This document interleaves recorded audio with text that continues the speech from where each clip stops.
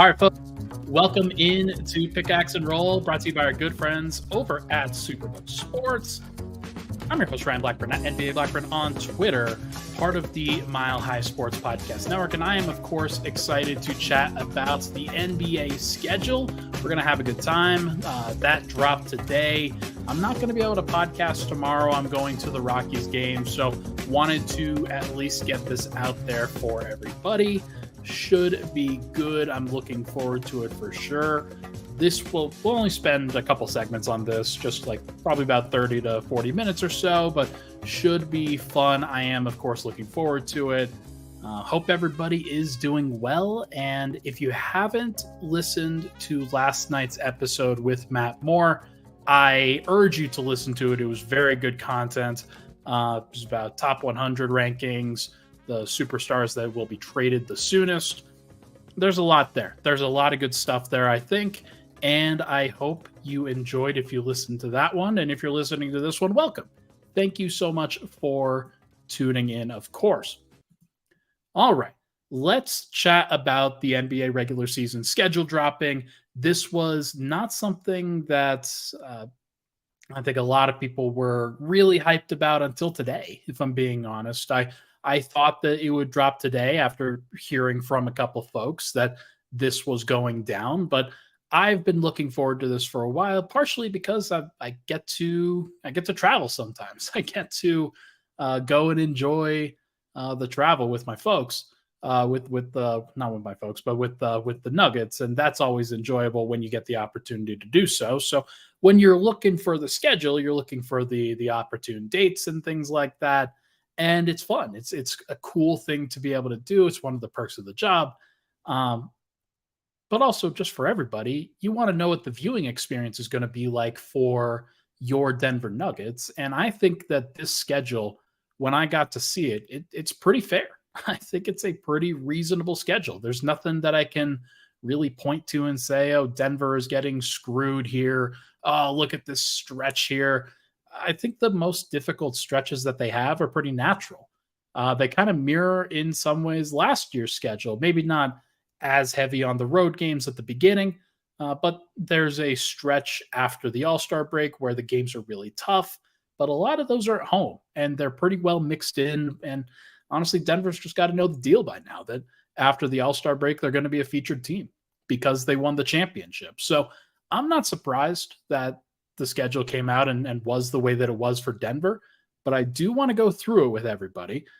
Here's what you need to know just structurally about the Denver Nuggets schedule. I wanted to share some of the stuff that I wrote from my article today. You can find that at milehighsports.com. Basically, Denver's got 30 national television games this year. It ranks 5th in the entire NBA behind the Warriors, the Lakers, the Suns, and the Celtics, I'm pretty sure. Outside of those 4 teams, they are the most featured team in the NBA. And when you have players like Stephen Curry and LeBron James, that's not really a surprise. And when you've got Kevin Durant and Devin Booker and now Bradley Beal on the same team, that's not really a surprise either. Also, the Celtics, they have basically equal odds when it comes to who's going to win the title this upcoming year. So not really disappointed about that either. I think Denver's got a really strong number of nationally televised games. I think it's pretty good. They've got 3 on ESPN, or they've got 3 on ABC. They've got 10 on ESPN. They've got 9 on TNT. Those are the 22 true nationally televised games that they have. And then they also have 8 NBA TV games, which that's where a lot of those national games will be made up for Denver in a lot of instances in previous years. So it's not really doing that this year. Denver's got 3 ABC games, and they've actually got 4. I didn't count the ESPN ABC simulcast game that's on Christmas because it is on both channels, but I guess I could have counted it on ABC. So 4 there, 9 on ESPN, and then 9 on TNT. That's a really good number. It's a really strong number, in my opinion. Next, you've got for Denver, they've got their important games of the regular season, the notable games of the regular season. Obviously, they open up against the LA Lakers on October 24th. That was known. That's going to be the night that Denver gets their rings, and it's an exciting night. That's what you should be looking forward to as fans, honestly. Like that's what everything's all about. So get to really enjoy that. Get to enjoy it against the team that, or while the team that you swept in the Western Conference Finals while they watch. That's pretty interesting. And then the game will be played obviously that night, and that'll kick off the entire NBA calendar. So that's as featured of a spot that Denver could possibly get for the NBA Premier Week. So that's good. They don't play any other nationally televised games that first week of the season. They have to wait until the next week. I think there's a game against Dallas, if I'm not mistaken. But that is part of the main schedule that Denver's a part of. So you've got that one. You have the Christmas Day game against the Golden State Warriors. That one is actually an afternoon matinee game at 12:30 p.m. So if you are a Nuggets fan, set your clocks, set your calendars accordingly.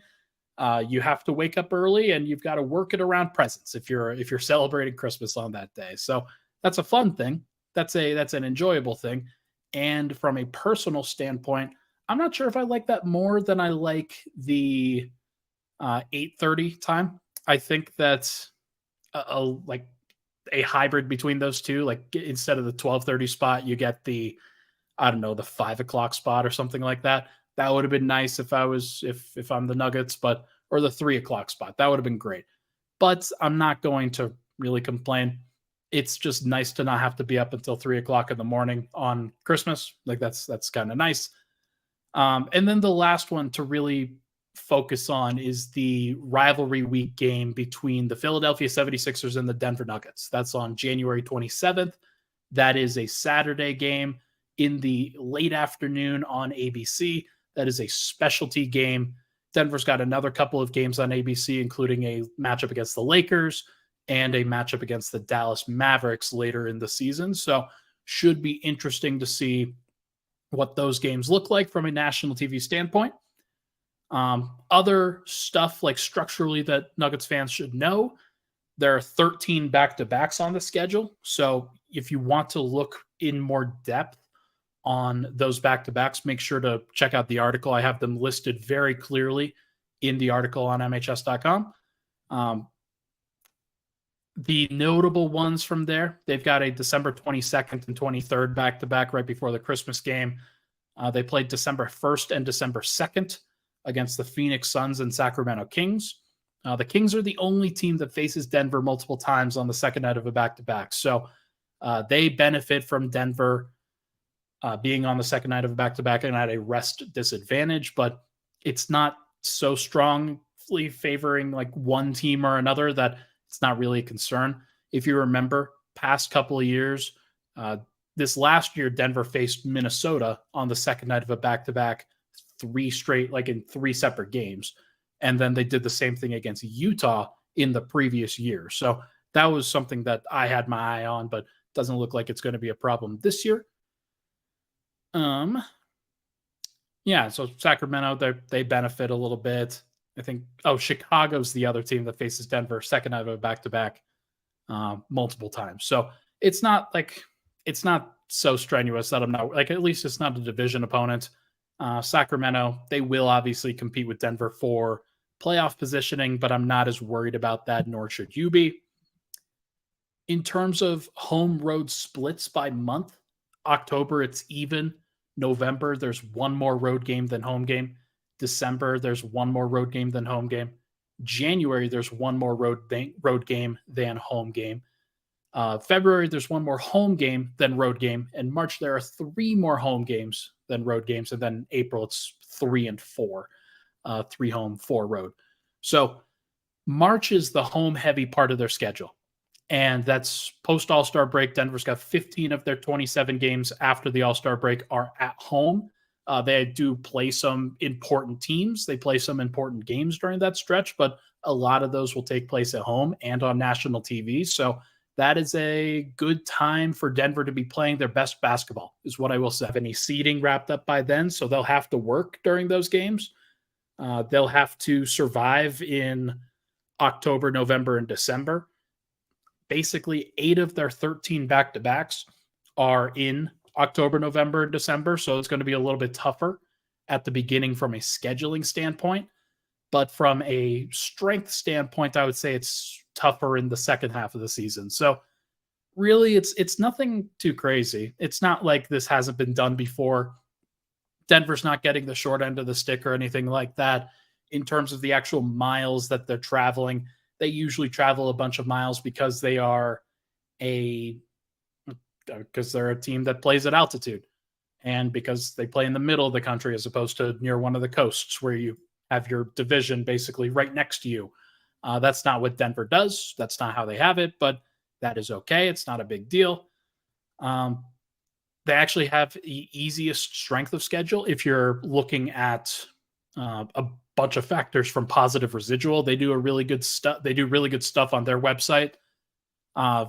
Just generally like strength of schedule wise, but also based off of rest advantages and disadvantages. Denver's got a pretty easy schedule from that standpoint. So I'm not surprised. I think that Denver gets the benefit of the doubt because they don't have to play themselves. They're the best team in the West. Everybody else has to play them. So there's something to that. But Denver does get some other benefits in there. And like I said, they have 13 back-to-backs. That's actually the tied for the fewest. There are a bunch of teams with 13, bunch of teams with 14, bunch of teams with 15. Denver's in that 13 block. So they're benefiting, but not like especially greatly there. And then the other thing, I think I saw this graphic go across the screen for ESPN, NBA Today. Denver has the fewest 3 and 4s. And what that means is you play a back-to-back plus one game with 1 day of rest in between.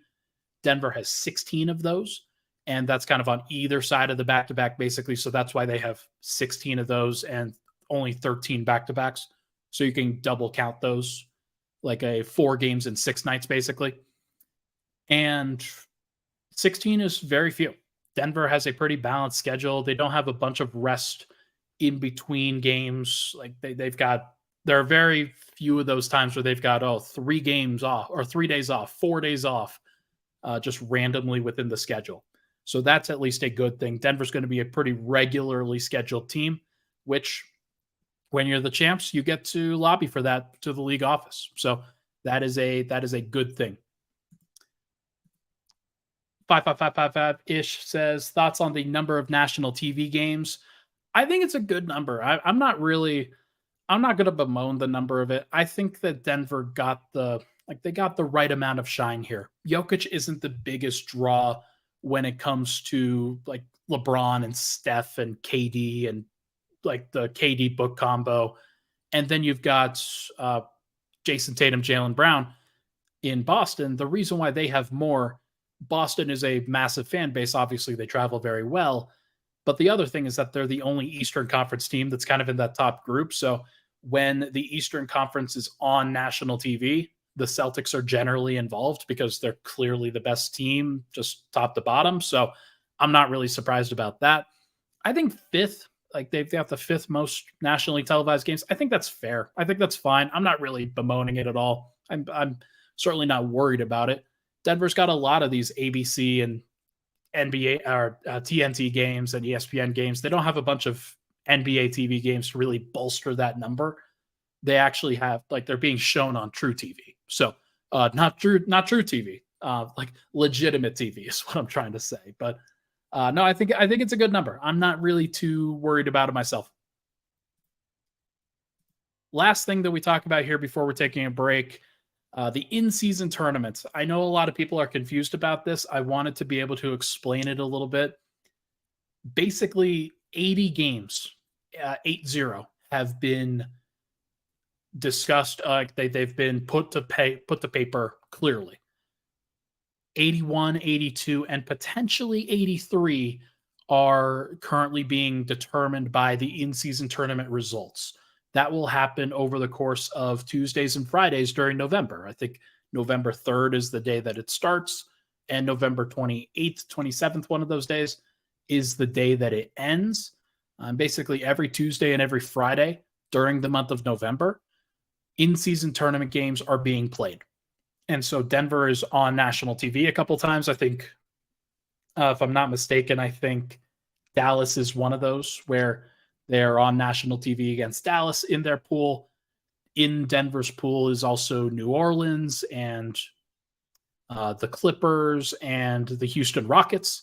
And so Denver will play each of those teams throughout November on either Tuesday or Friday in November. And once they play each of those 4 games, once every team plays each of those 4 games, the winner of the group play will be established based off of that record. And then like each winner of the group will advance, as well as one wild card from each conference based off of schedule, based off of record, point differential, things like that. They'll come up with the tiebreakers. I saw the tiebreakers, but I don't remember them off the top of my head. But 4 teams from each conference will move on, and they'll play quarterfinals against each other. And then the 2 best teams in each conference, based off of the in-season tournament, will play each other in a semifinal game in Las Vegas, if I'm not mistaken. I think that's the neutral site. And then the championship will be played on December 9th in Las Vegas as well. But here's the kicker. Those games, those quarterfinal and semifinal games, will count as regular season games. If you lose in the quarterfinal, then you play the other Western Conference team that lost in the quarterfinal. And Eastern Conference, same thing. If you lose in the semifinal, you've already played your 2 games, so you don't have an extra game that you have to play. If you make it to the championship game by winning each of those, then you will play an 83rd game.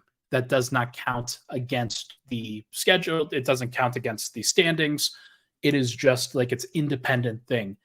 I'm not sure why they did it that way. I think it would be good if the teams that played the 83rd game were credited with a potential win if they were to be there. Now, the problem is that if you lose, you don't want to be penalized for making it all the way there. So that's probably the reason why. But I do think that this is good for the NBA. It's a good thing to try to drum up some interest in the early parts of the season, compete with the NFL in a unique way on Tuesdays and Fridays. Notably, Tuesdays and Fridays are not football days. They are not Saturday, Sunday, Monday, Thursday.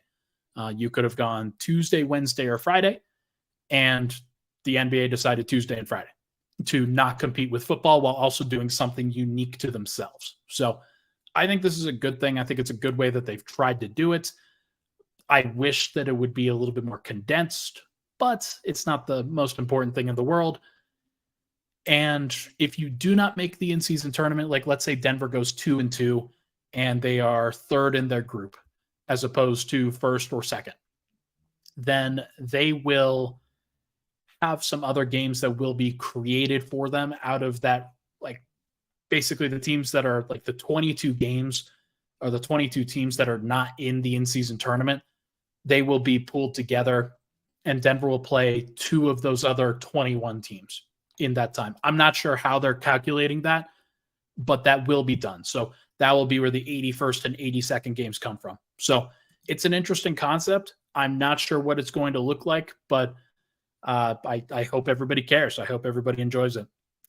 55555-ish is back. He says, it is confirmed that knockout games for the in-season tournament are not part of the regular season. What are the odds of teams possibly resting players and not caring about winning? I thought that the knockout games were interesting. I thought that the championship was the only game that wasn't counted within the in-season tournament. I thought that the knockout games were counted, but I could be wrong because the other teams are going to play games that count. Like you're not just going to 80 games in the regular season that actually count, I don't think. So we'll have to see about that. See if you could check on that for me. 55555-ish. All right. It's good stuff, though. Let's take a break. When we come back, we're going to rank the top Nuggets games of the 2023-24 regular season. I know that's why everybody's here. So we are going to chat about that. But first, as everybody knows, football, it's coming back. And now is the time to place your preseason bets with Superbook Sports. Superbook is the most trusted name in Vegas, and now you can use promo code MILEHIGH to score up to $250 with their first bet bonus. Win or lose, they'll match your first bet up to $250 with promo code MILEHIGH. All you got to do is download that Superbook Sports app. Don't miss out on this football season. Win some money with Superbook Sports and with that promo code. Visit superbook.com for terms and conditions. Gambling problem, call 1-800-GAMBLER. We'll be right back on Pickaxe and Roll.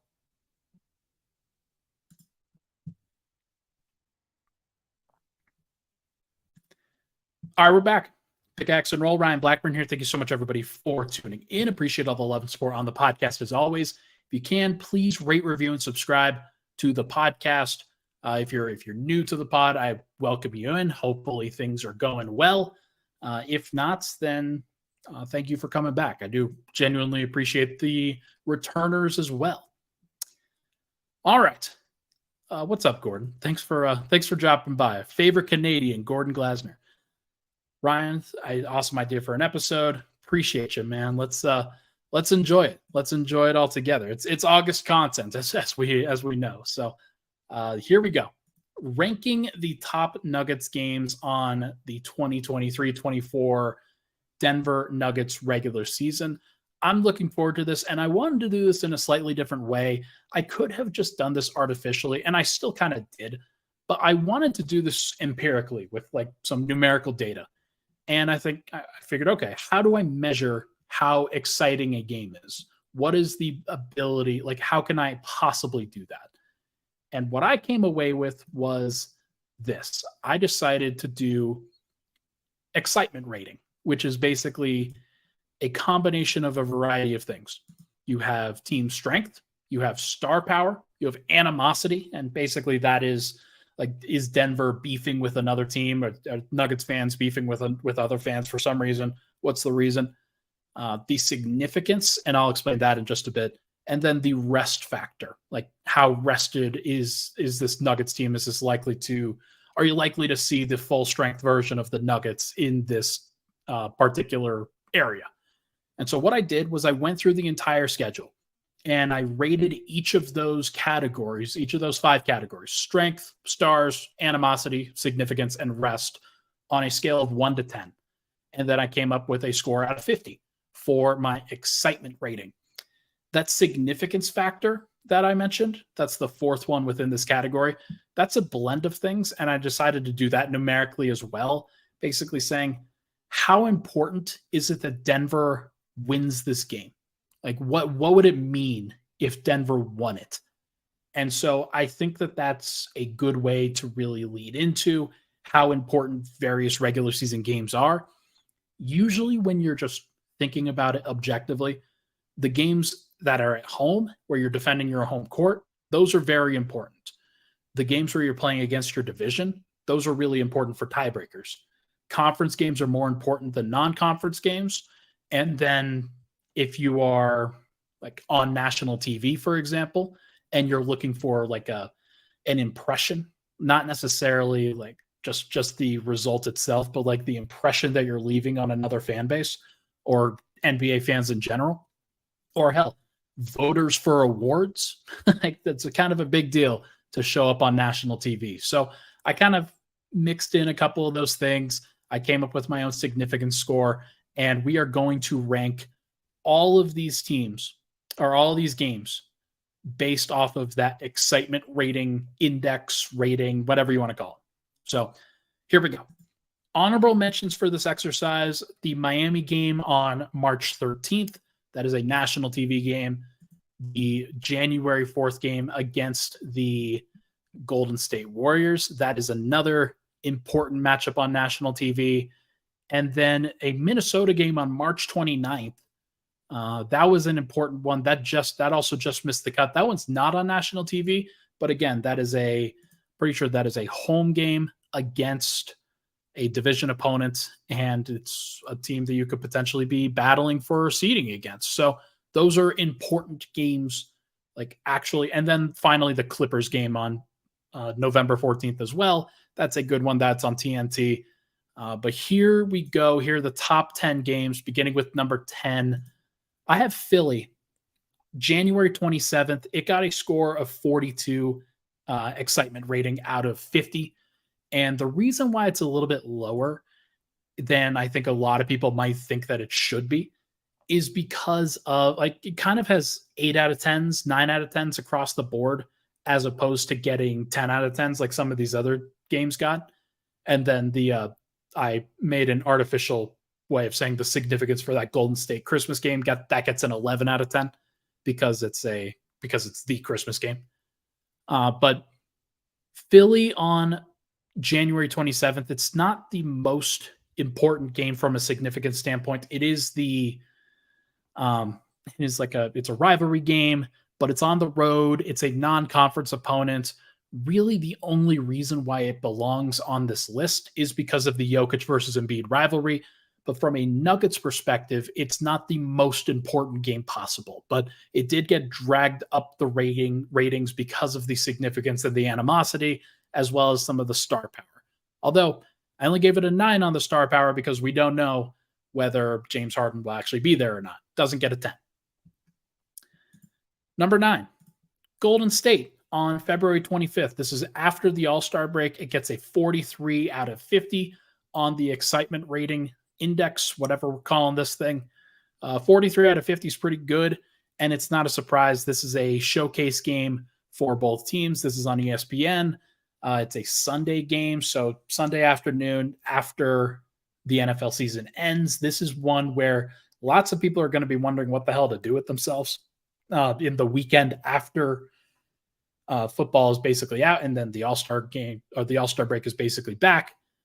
Denver goes at Golden State and got star power there. You've got importance there, conference opponents. It makes a lot of sense that this game is on the list. Next, you've got a couple of the in-season tourney games, but I decided not to count them because we don't know if Denver, first of all, is in the knockout stage of the in-season tournament, nor do we know who they would be facing. So hard to really provide a hard and fast value for what those games would be. But if we skip over those, we go to one of our Phoenix games, and Denver plays Phoenix 3 times. I'm just going to tell you, Phoenix is also at the top of this list. They are very, very important for Denver this year. But the Phoenix game on December 1st, the first game that Phoenix plays, Denver against with Bradley Beal along with Kevin Durant and Devin Booker. Those games are important. It wouldn't surprise me if this game actually had a higher excitement rating than the two Phoenix games that are also above it. But this gets a 45 on the scale. And I mean, it's got 10s across the board for team strength, star power, and animosity. Like, these teams don't like each other and they have history. So not really a surprise. Although it only gets an 8 on significance because it's so early on in the season and it's a road game for Denver. Like, they do not have to win this game. It's not a requirement that they win this game on the road. So I'm not as worried about that one. Number 7, going back to Golden State on November 8th. This one gets a 46 out of 50 on the excitement rating index. And the reason why it's a little bit higher, it's this was November 8th. Yeah. This is another ESPN game. This one has a little bit more significance just because you're at home. ESPN, you're matching up with Steph Curry. Like, you want to be able to win this game. You want to show people that you're doing well, even though you don't think of Golden State as a more threatening team than Phoenix. If you did lose this game against Golden State, which is, again, it's at home as opposed to on the road. I should have made that clear. That would not be as good. That would not be a good feeling. So I do think that this should be a fascinating matchup. Like, it's not the most important game on Denver's list, but it's a good one early on for Nuggets fans and NBA fans to get really excited. It's Steph versus Jokic and Murray versus Steph. Like, hard not to like it. Number 6, Lakers on March 2nd. This is 46 out of 50 on the ER as well. And this one is a very, very important one. Just from the perspective of, this is an ABC matchup. This is a Saturday night game on March 2nd. And this will absolutely shift a lot of narratives. Like, it just will. And if these teams are anywhere close to each other in the standings and Denver plays this one, they go on the road for this one. This would be even higher if it was a home game for Denver from a needing to win it standpoint, but it is a 9 in terms of strength for the Lakers, 10 for stars, 10 for animosity, 8 for significance, and a 9 for rest because they're going on the road. I think that this is a fun game. This will be a really, really interesting one. And with as much as Michael Malone has talked about this matchup, you better believe that the Lakers are circling every single matchup that they have against the Nuggets on the calendar. Number 5. This will be a surprising one. Golden State on Christmas. This is not what I expected when I did this rankings, but I am beholden to the stats. I know that I created the stats, so I don't want to just be like, "Oh, come on, Ryan! Like you're like be subjective here. Like you're already being subjective by creating the actual formula." But no, this one also gets a 46 out of 50, though it does get the tiebreaker because it's the Christmas game, and I think that's important. Like it's on ABC and ESPN. I don't know how many people are going to put a ton of stock in this game, but I do think that people will be watching very closely. And if Denver does win this one, it's at home. It'll be a great matchup. The reason why it doesn't get higher than this is because I had Golden State as only an 8 out of 10 on the strength index, as well as an 8 out of 10 on the animosity. So, reason why they don't get it. And also, this is a 9 out of 10 on rest because Denver's coming off of like this will be the third game in 4 nights, basically. So, that's the reasons why it got knocked down. Denver's not in a massively important position where they have to win this game. It would just be nice to win this game. And so that's kind of how this ranking kind of reflects that.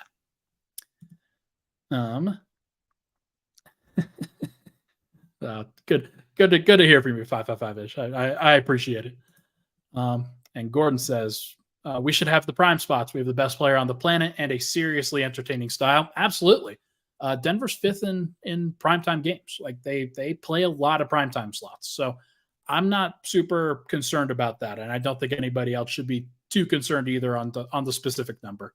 A lot of it is just LeBron, Steph, and KD and Booker. They carry a lot of views. Number 4, going back to the Lakers. Well, this is on February 8th. This is right before the All-Star break, basically, about a week before. And it's about that time. I'm not sure exactly when the Super Bowl is, but I assume that this is after the Super Bowl. And this one gets a 47 out of 50 on the ER scale. Reason being, you get a 9 out of 10 on the strength. You get 10 out of 10 on stars and animosity, as well as a 10 out of 10 on rest. That's a really important distinction here. It is not the most significant game. Denver doesn't have to win this one. But it would be nice to win this one for sure. Like I wouldn't say that like it is important to win all these games, as many of these games against the Lakers and in this national spotlight as you possibly can, because it carries a lot of weight with a lot of people. And if Denver shows up in a lot of these games, then a lot of people are going to benefit. Like Jamal Murray could make his first All-Star appearance. Michael Porter could make an All-Star appearance if he really breaks out. Aaron Gordon, after missing out just barely last year, maybe he gets it this year because you get the championship hangover. So I don't know. We'll just have to see. But I do think that this Lakers game is important, as is this one. This one gets a 49 out of 50 on the excitement rating index. This is the Lakers game on opening night. 49 out of 50. The only reason why it doesn't get any higher is because I have the Lakers as a 9 out of 10 on the strength index. That's important. That's they should be like the 4th to 6th best team in the league. I don't consider them a top 3 team. I consider the 3 teams that challenged Denver the most, like the teams that got the highest strength ratings, were Phoenix, Boston, and I think Milwaukee. It might have just been Phoenix and Boston, if I'm not mistaken. Let me just go through and check. Yeah, Boston got a 10. Nobody else. Yeah, nobody else other than Phoenix and Boston got 10s. And I think that's pretty reflective of where the strength of the NBA is at. You've got 3 top teams. You've got the Boston Celtics, you've got the Phoenix Suns after trading for Bradley Beal, and you've got the Denver Nuggets. And I think that that's important, as it's a very important distinction to me. But this game is important, obviously. If you show up and you like deliver on ring night, then a lot of people are going to be in Denver's court. The Lakers, are going to be rearing to go. There's been a lot of discussion, I think, about the Lakers and LeBron and Darvin Ham and them wanting revenge. Whether they actually play like that on that night remains to be seen, but I do think they'll be ready. And Denver, I know ring night is very curious. It's a very odd time, but like pretty much anything can happen on opening night. It's just a very interesting, unique spot in the NBA. But it is an important distinction that if Denver does win that one, they will set themselves up for the rest of the regular season in a good way. And the top two games are as follows. You have Phoenix on March 27th and Phoenix on March 5th. And I could have put them in any order. I think I'm going to put the March 5th game on the top because we don't know what's going to happen on March 27th. There's a very strong possibility that, like, if I go to that real quick, March 27th is game 73 of the regular season. March 5th is game 62. So I think that it's more likely that game 62 means more to people than game 73, but I could be wrong about that. Like, it could be flipped. And if Denver still has a lot of standing that they have to make up, feel like game 73, or maybe Phoenix, same thing. Maybe those two teams are battling for the first seed in the West.